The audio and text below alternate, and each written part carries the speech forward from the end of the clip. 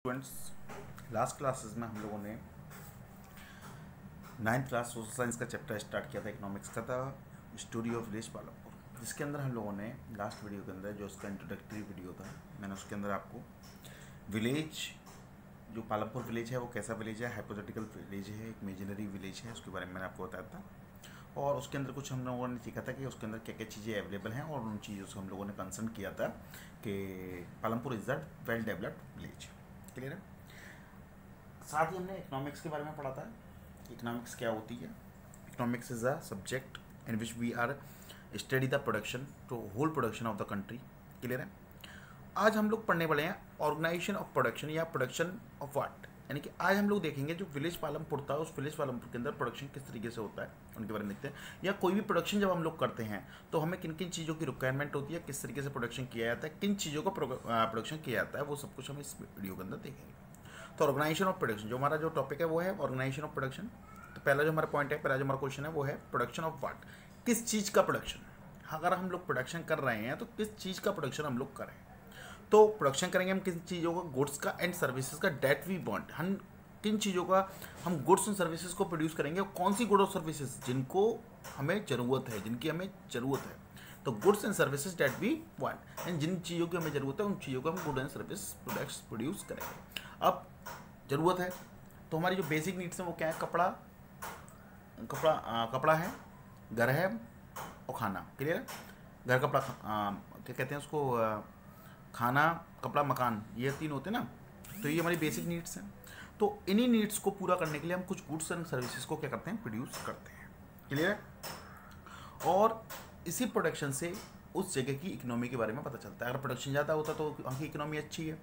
अब देखिए यहाँ पे दो वर्ड मैंने बोले आपको, एक इकोनॉमी और एक बोला मैंने economics. Economics is a part of subject, लेकिन इकोनॉमी होता है उस प्लेस के अंदर जो प्रोडक्शन हो रहा है, this is the economy. Clear है। तो production of what, goods and services that we want. Clear है।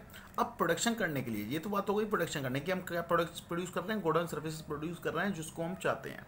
लेकिन प्रोडक्शन करने के लिए हमें किन किन चीज़ों की जरूरत है? तो देयर आर 4 रिक्वायरमेंट्स। ये बहुत इंपॉर्टेंट क्वेश्चन है। ये क्वेश्चन कई बार पूछा जाता है कि what are the 4 factors required for the production, ठीक है ना, या फिर the what are the 4 requirements for the production of goods and services. Clear है।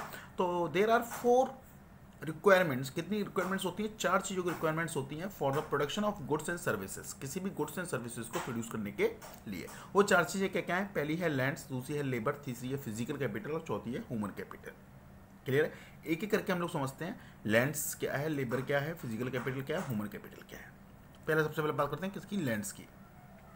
Lands along with other natural resources such as the forest, water and a mineral. देखिएगा, किसी भी production को करने के लिए सबसे पहले हमें क्या चाहिए? लैंड्स चाहिए।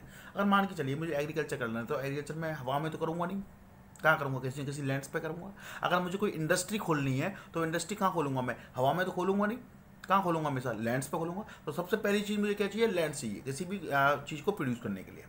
क्लियर है। दूसरा, उस लैंड्स के साथ मुझे कुछ अदर रिसोर्स, नेचुरल रिसोर्सेज भी चाहिए, जैसे कि इरीगेशन। जैसे कि मुझे अगर मैं एग्रीकल्चर कर रहा हूँ तो इरीगेशन करने के लिए वाटर चाहिए। क्लियर है। अगर मैं फैक्ट्री खोल रहा हूँ तो उसके लिए मुझे वाटर चाहिए, मुझे उसके लिए क्या चाहिए? लकड़ी चाहिए, उसके लिए फॉरेस्ट चाहिए, मिनरल्स चाहिए, ठीक है ना।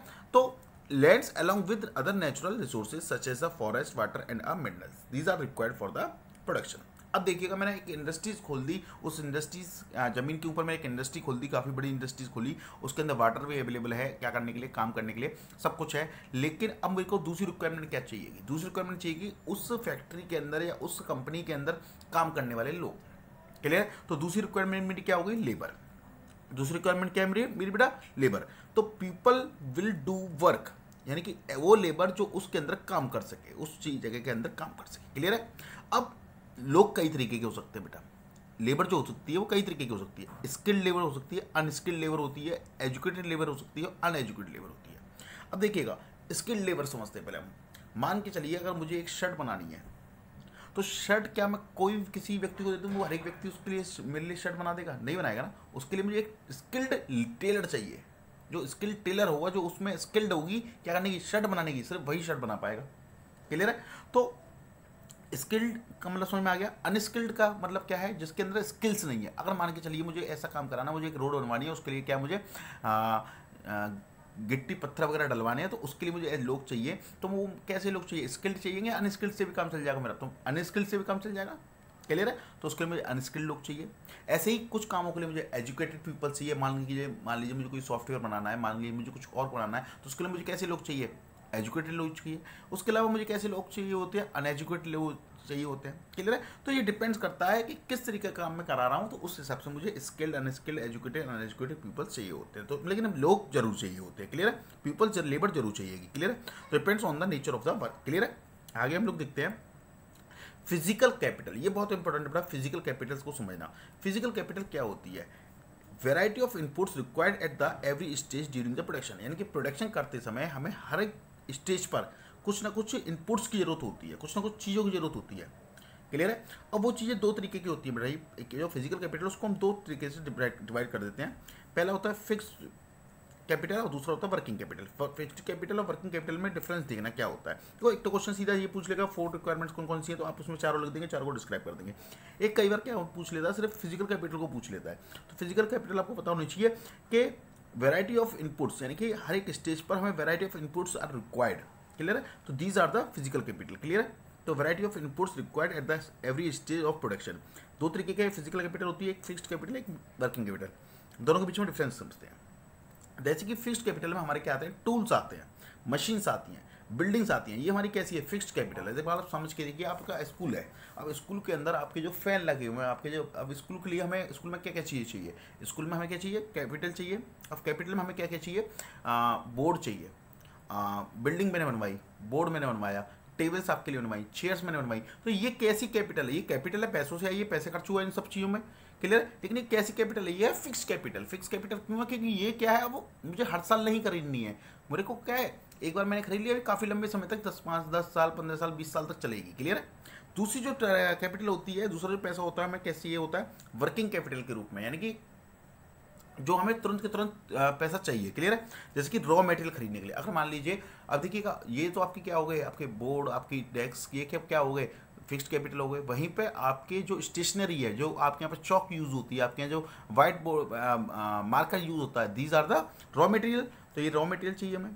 And the many other and money in hands, और जो मनी इन हैंड्स होता है, यानी कि जो पैसा हम लोग टीचर्स वगैरह को देते हैं या फिर जो एग्रीकल्चर लेबर्स वगैरह को देते हैं, वो सब पैसा किस में आता है, वर्किंग कैपिटल में, क्लियर है। तो पैसा जो हमारे यहाँ पे यूज़ किया जाता है, अलग अलग एवरी स्टेजेस में हमें कुछ ना कुछ पैसा खर्च करना पड़ता है, ऐसे समझिए बेटा। और उसके लिए हमें कुछ फिजिकल कैपिटल चाहिए। फिजिकल कैपिटल दो तरीके की होती है, एक फिक्स्ड कैपिटल और एक वर्किंग कैपिटल।